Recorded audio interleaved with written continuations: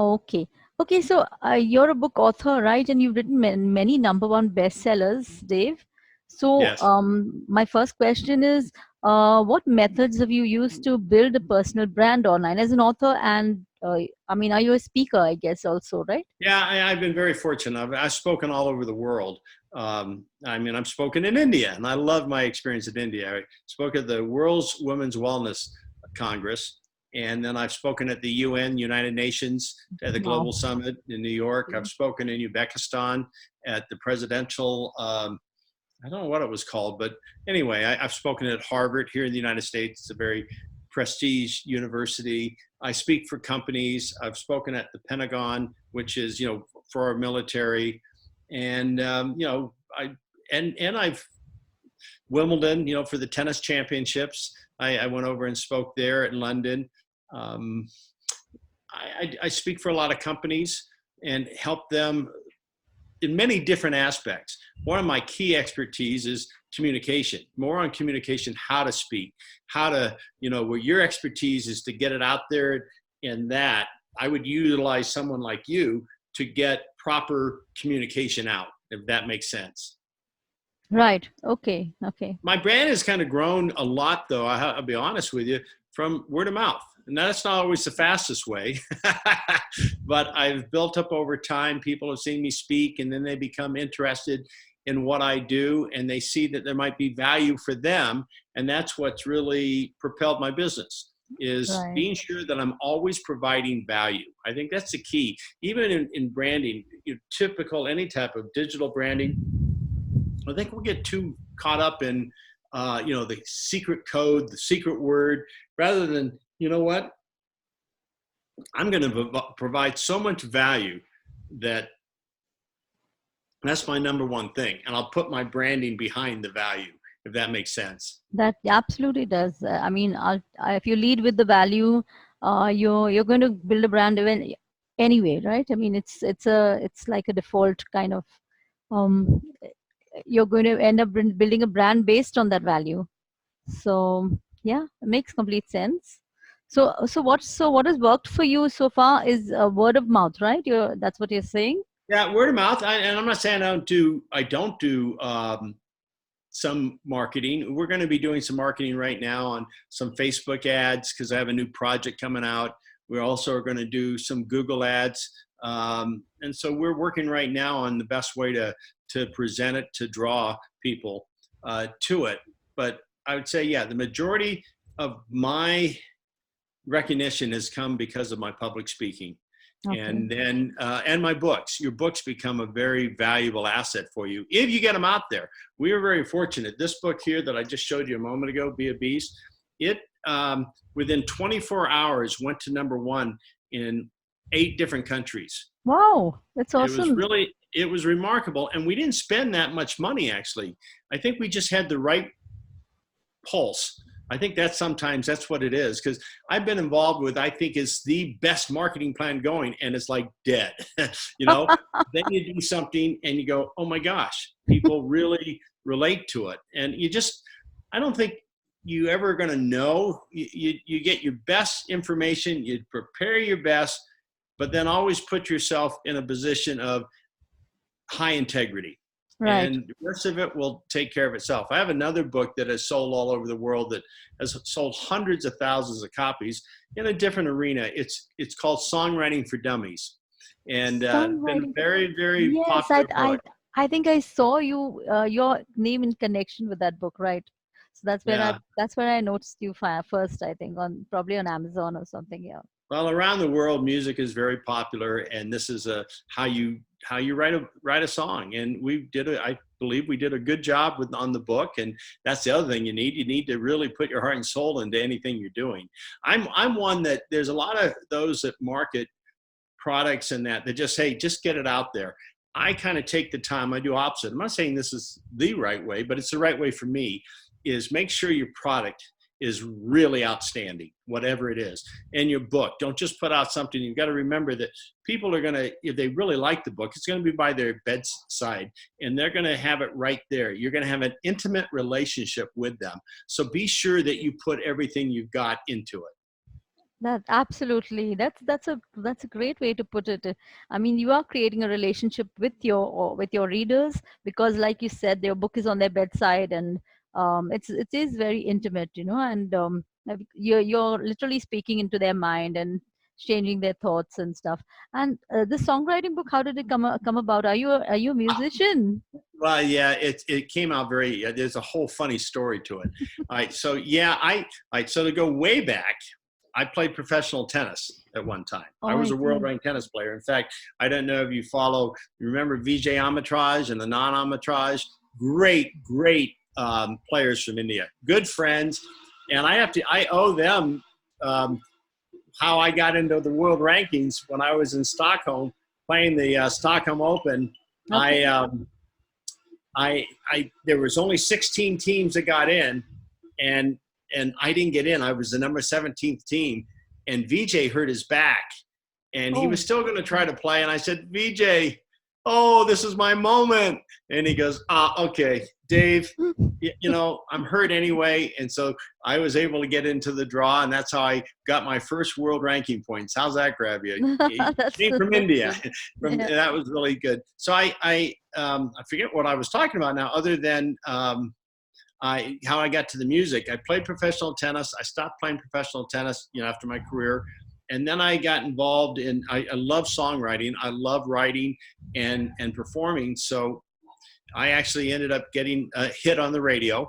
I recorded and that, and then a good friend of mine who had started the rock band Kansas, very popular band worldwide. We became good friends, and we decided we need to have music make an impact in the world. So we put on the first benefit concert, never been done before, and all the record labels said, can't do it, never be done. And we kind of looked at each other and said, are we going to do this? And we went, yep. So we put it on, became very successful, and Live Aid, all these wonderful things happened because we kind of showed the model of how it can work. We had Queen, we had all the big bands. It was amazing. And the music industry learned that, yeah, you could use music to help people, to Yeah, for a change things. cause. So in 1991, I was given the Presidential Merit Award from the Grammys for all the work I had done. And one thing led to another that I then ran a record label for a while with Universal, and then, but I always knew I was going to coach. That was just a part of my journey. I was even in motion pictures. I was an actor in several, big time movies, and I did that for a while. But it was all just part of my journey.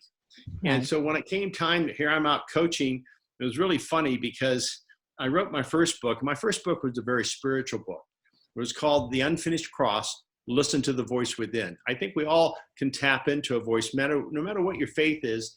If you have faith and you listen to that and you take the time to hear, there's a guidance system in us. And I wrote about that in my first book. But so then I was working with the US Olympic team, and I went to Scotland to the World Cup. We had great results, and I was doing really well on the mental side with sports. And my agent goes, hey, I got you. I was writing about the experience at the World Cup. And he goes, all right, I've got you advancement. I've got you a new book. I'm going, yes. And he goes, you're writing Songwriting for Dummies. I went, no, what are you talking about? And it was really funny because I'm going, no, I'm not writing that book. And we were talking, and I said, you sure? And he goes, oh, you know so much. You've done so much in music. And I said, no. And then I said, now, how much is the advancement? And I said, hold that thought. And so I called a good friend of mine who we had done some records together. And I said, hey, would you like to co-write this? Because he had written 27 top hits. And one of them, Eye of the Tiger, was for the movie Rocky. I mean, Wow. worldwide, it was number one. And so I Okay. said, hey, Jim, would you like to co-write it? And he goes, oh, I'd be honored. So I thought, all right, we got a book going. And then my wife, who's a brilliant writer, the three of us wrote that book. And it's literally sold hundreds and hundreds of thousands worldwide on a book that I Brilliant. said no to. Never Brilliant. know. But they have good branding. The Dummy series is Really really, good. their Yeah. branding is so good. And all we had to do is write a good book. And we did write a good book. Yeah. And music is so loved, and people want to know how to write songs. I haven't had to market that myself at all. My other books, I got to go out and market. But that brand, they've developed such a strong brand. Hold on, I'll grab it if you haven't seen it. Hold on.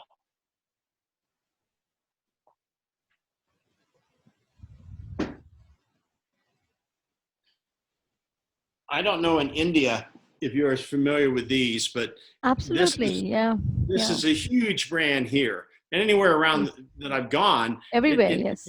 it's consistent.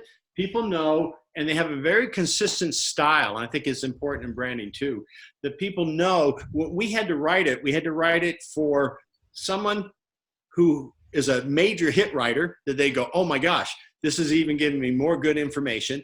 And we had to write it for someone who's never even thought about writing a song. That's very challenging to write it so simple, but yet Yes. a seasoned veteran could understand it. Right. And so people know that that's why it's called the Dummy series. It's dummy down. I even have written better songs because of this book. Isn't Oh, that? it helped you build a system or something of that sort, right? Yeah. Yeah, I mean, I would love to have a look at the book. I mean, I'm sure it's available in India, so I'll check it out on Amazon. Awesome. Yeah. Great. And the Be a Beast book, it's we all have animal instincts in us. We just don't use them. We get our minds in the way, and so we don't tap into this beautiful gift we have.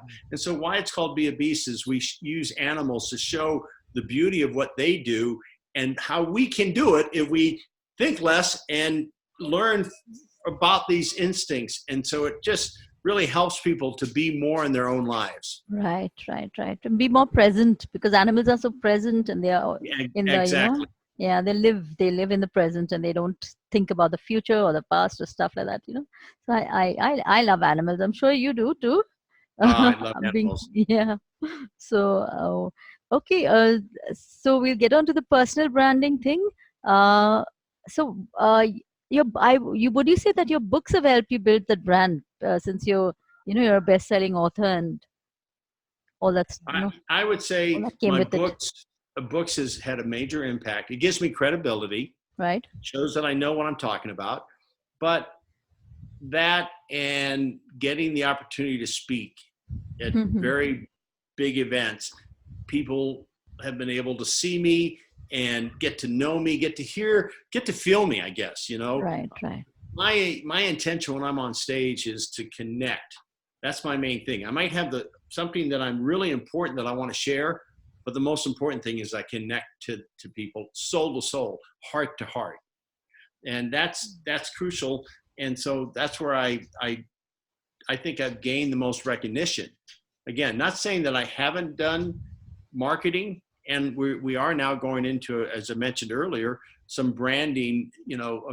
We have a new project that we're doing that it's called the Beatitude Practice. Jesus taught the Sermon on the Mount. The And so beatitude, yes. it's a practice. It's a beautiful practice. And it's really challenging for us in the branding is that we want it for all faith. We don't want it just, okay, you're a Christian, so yes, this is going to be right for you. But you know what? I found at the core of all faith is all the same, is love. And so to brand this, it's a challenge because every so often people say, no, it's this way. No, it's this way. No, it's that way. When the truth is, the Beatitude practice, the Sermon on the Mount, was just a gift for all. It was something that, I don't care what your faith is. If you go to the core of your faith, you'll find the beauty of living a happier life through it. So it creates an interesting branding dilemma. Hopefully we've done it. We have a kind of leading people. We have a liveaschrist.com. No, What I does that see. mean? So we go into that and we see how you can live as Christ, because my belief is that Jesus wasn't saying, hey, I'm so different than everybody. He kept saying, I'm the same as everyone. I am the son, but you're the son and daughter of God. That's the way I take it. Yeah. And so that's why I can really, when I travel around the world, I attend different faith to their churches, to however they communicate it. And even if I don't understand the language, I can feel the love in it. Absolutely, absolutely, and love is the universal language. I mean, it's at the basis of all religion, really. If you look at it, and I've read the Beatitudes, and they're basically non-denominational. They're not meant for any religion. They're not religious or anything of that sort. It's just about living a good life, right? you know? That's exactly it. And Yeah. then we went a little bit further because when the Bible came out, it was written in Greek and Jesus spoke in Aramaic. And if you look and study it in Aramaic, Aramaic it's a tone type of language that it depends on the tone. So you can Hmm. interpret it many different ways. There's Right. a deeper richness in the Beatitudes than I think most people realize. I see. So we want to let people know that, hey, this is about how to live a happier life, how to live a more successful life, how to have better relationships. It's just a roadmap, and it's a beautiful thing. So I'm excited about it, and yet we do have some challenging branding, to get out there so that we can get it to the most people. Hmm. Right, right. And you can cross boundaries of religion, and you can Yes. get it to Well, people who might not I always say read for it. myself, when someone say, well, what's your faith? What's your religion? I say, well, I'm in the middle of the intersection. I'm where all faiths come together. And I like to see how we're connected rather than how we're different. Absolutely. I love that. That's a lovely message to get across. So what would you say has worked for you? You were saying your speaking has been a great, way to build a brand. What would you recommend to new book authors or people looking to do that, So what has worked for Well, you I so think far? that keep putting one foot out there. Okay. It takes courage, and courage isn't the lack of fear. It's how you move through fear. Right. And the way you get experiences in doing. I did a lot of free speaking engagements to get more and more experience. Right. And the more I got, the more I started to build something. Everyone seems today to be quick, rich, hurry, hurry, hurry. But you know what? If you really believe in who you are and you're willing to do everything behind it, then doors will keep opening. I Yeah. set intentions. See, there's goals, right? But you don't have controls over goals. So I set intentions. And when I set intentions, all of a sudden things open up for me. Like I Yeah. mentioned, Yeah. I spoke at the United Nations. Well, a friend of mine had spoken there years ago with the Dalai Lama and all that. I thought, that sounds so cool. I want to speak there. So I set an intention to speak there, but then I became alert to when an opportunity might arise. I would have missed it if I didn't already set the intention. And I saw there was a building I got an email, someone was promoting what was going on at the UN, and they gave me, I just took off the email address and I gave how I could help in what they were trying to do at the UN. Unfortunately, the person got back to me and said, wow, we'd like to hear that. Same thing, like when I decided I wanted to speak at Harvard, because Harvard's a very fine university here. And what happened is I spoke at an event, but I had an intention that I wanted to speak at Harvard. And guess what? During a break, a woman came up to me and goes, oh my gosh, I love what you had to say. Will you come and speak at Harvard? Oh, And it's like amazing. I attracted it. I really, yes, I attracted it to myself, but I put the action towards it also. It's not Absolutely. Yes. just sitting and, yes, I do sit and meditate and see it happening, but then what action do I need to Need to take take to. to put it into motion, Yeah. and not put so much tightness to it, but soften and let it come when it comes. There's been some things that have happened so quickly for me, I'm amazed. And there's other things that just kind of happen over time. But I see it, I feel it, so I don't reject it. See, our subconscious mind will reject things that we don't remember. It's there to whatever we're comfortable with. If it's not comfortable with you being a best-selling author or you speaking on big stages, you can say, hey, I'm going to speak on big stages. But if your subconscious mind doesn't believe it, it will reject it. So spend time taking the time to visualize and see yourself. Myself Yeah. doing that, Yeah. I've been able to have an amazing career. Right, absolutely. And I love that message because I think it's our subconscious blocks that hold us back more than anything else from really achieving what we want to do, what we set out to do. And it's like what you're saying, small actions over time also matter, right? Oh, I absolutely. mean, And you know yeah. what? And awareness. We tend to tell ourselves these stories about ourselves, Hmm. and we buy into it, and they're not really truth. That's why you have to become aware. Well, wait, I'm too short, I'm too tall, I'm too fat, I'm too skinny, I'm Caucasian, I'm Indian, you know what? All people have opportunities, but you limit yourself if you say, well, because of this, I can't do this. Right. I just shift everything because of this. I got the advantage. And I don't care what it is. And my coaching clients all do well, no matter what nationality they are, what business they're in, because I get them to shift their stories into going, wow, how lucky am I, that I had this experience. Maybe it was a terrible experience, but if they look at it as just being bad, it will stay bad. But look at the gift that's there, and now look what you can do to progress your career and touch people's lives. So I teach that, and it's remarkable. I've been blessed to have amazing results from amazing people. And that's awesome. Who have been your mentors in this field? I mean, I'm sure you've turned to people from time to time. Okay, so my mentors have been a lot of books that I've read. I'd have to give, first of all, a lot of credit to books. And I get myself so quiet. I also have mentors that are no longer living on earth, but I swear they speak to me. I know you might think that's funny. No, I write with them. They'll give me things and I write with them. I call it my counsel. But those that are living here that I are friends with and that I call them colleagues, Bob Proctor is one. Okay. Jack Canfield is another. Mary Morrissey. I don't know if you know those. Oh yeah, I love her. I've done one of her courses. Mary's wonderful. She's amazing. I've coached, her daughter, and I've been involved in some of her programs.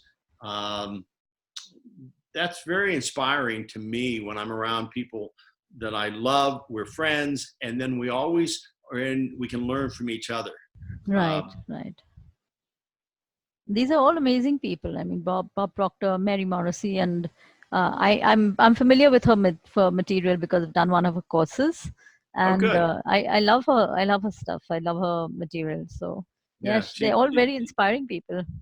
Very, very solid, and I'm blessed because a lot of times people that have gone through her program or Bob's program, or there's John Maxwell, people who have gone through their program, then they eventually sometime that one of their top performers come and go through my program. Ah, that's nice. It just adds to it because I think the advantage I have is that I make it so actionable. So you don't, everything you've learned, now here's how you take action to move it forward.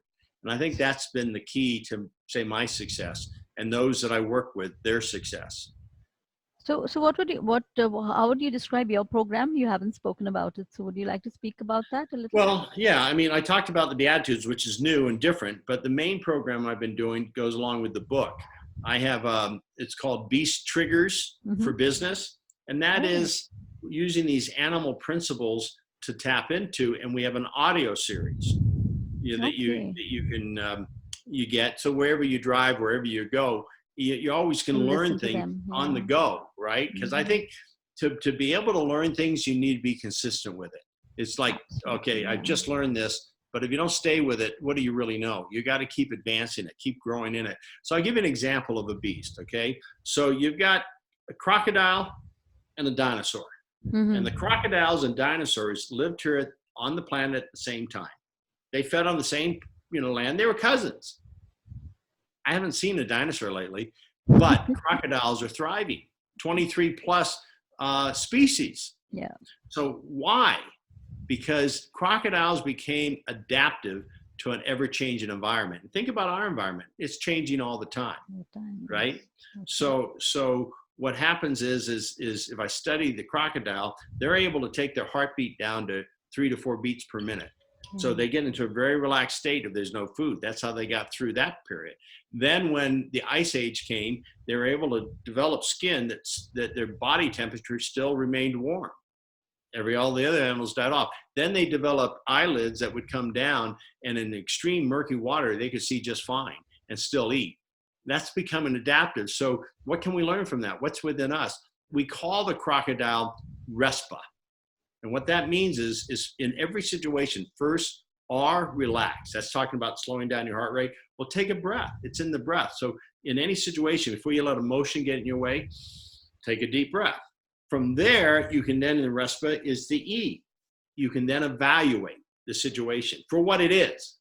Then S is what's my strategy. P is have a little patience. see that you see it clearly. Then A is act, baby, act, and you act with conviction. There's an example of one of the Beast principles. Oh, And that's we have awesome. 37 of them. 37 elephants. We got them all, you know? No, that sounds very interesting. I mean, I think that book is going to be a life changer for quite a few people. So yeah, great. What are you doing to promote the book so far? You know, right now, it's been out for a few years. What we did to begin with is we did some, the marketing department for the publisher, put some, did some Facebook ads. We got influencers to promote the book too. That's Hmm. always important. Yeah, But right. it happened so quick. I mean, literally, you're going to laugh at this. We had, I don't know, not a lot of budget. We put maybe a couple $1,000 budget for Facebook ads, and we were number one in 8 countries before I said, "Hey, how much money have we spent?" And the marketing director goes, $36. Wow, really? I said, "Well, wait a minute. I guess we don't need to keep spending money."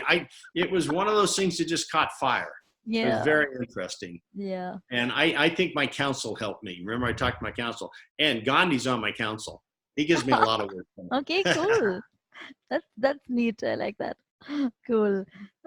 So I've got the. I mean, you have a lot of great wisdom to share as far as your book is concerned, and as far as promoting it is concerned. But I think for you, it's been building a brand over time that has really helped you, right? Yeah, So it's really, I'm very grateful, yeah. that I've taken the time and I've stayed true to my brand. I mean, sometimes it shifts a little bit, but my company's called Extreme Focus. And Okay. that's what I Okay. teach. I teach Mm. people how to focus on the things that are going to be important. We get distracted with so many things. And so people know me as someone who's going to help them get focused so they can be more successful. No, that's brilliant because this is the age of distraction, and I think this is Oh, it something. is. It This is. That's the message that we really need today. I So agree. yeah, okay. I think we wrapped it up, Dave. I think it's been really lovely talking to you, and you've got a lot of wisdom to share. I would love to maybe catch up some other time also. Maybe maybe if you're coming to India, or if you have a program that you would love to talk about, let's do Sure. that sometime. Yeah, Yeah. well, we do an accelerated leadership program.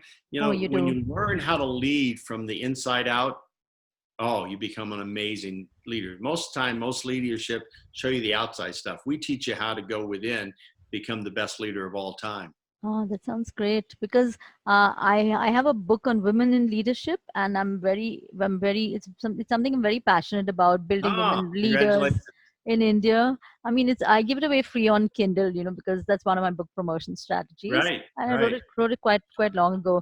But I'm quite passionate about women, building women leaders in India, because I think we need a lot of support and I would say mentorship for Yeah, women I in love it. India. But Yeah. what's interesting for me is that you think because it's called Be a Beast, and because I don't know, I didn't tell you much, but I've been very involved in professional sports and Olympic sports also. And you would think that I would really have a big male following. It's not that I don't have a male following, but I have a larger women following because Really? they Wow. really they seem to be more hungry and ready to take action. I'm not. I mean, I do have a lot of I'm just amazed at how many women today. I mean, we need women leaders, and it's We awesome to do. see that women are Yeah. stepping out and becoming leaders, not holding back. I love it. Yeah, yeah. I mean, I'm also very excited to see the trend of women taking up, being willing to step out there and lean in and take more leadership positions. I So love it. it's something I love writing about, and that I and sharing about. So I think Well, that's congratulations great. and great job of doing that.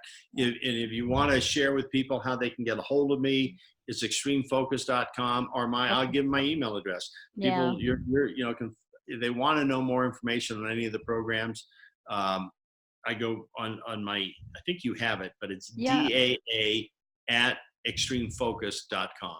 Okay. So if I don't have that, I'll connect with you and get it on your email. Okay. On the Perfect. email, right? Thank you for having me. No, thank you, Dave, and thank you for connecting with me early. I mean, it's been Well, wonderful, it's and nighttime here. Early for you there. yeah, it's early morning, so I was a little the timing. We I didn't get the timing right, but that's okay.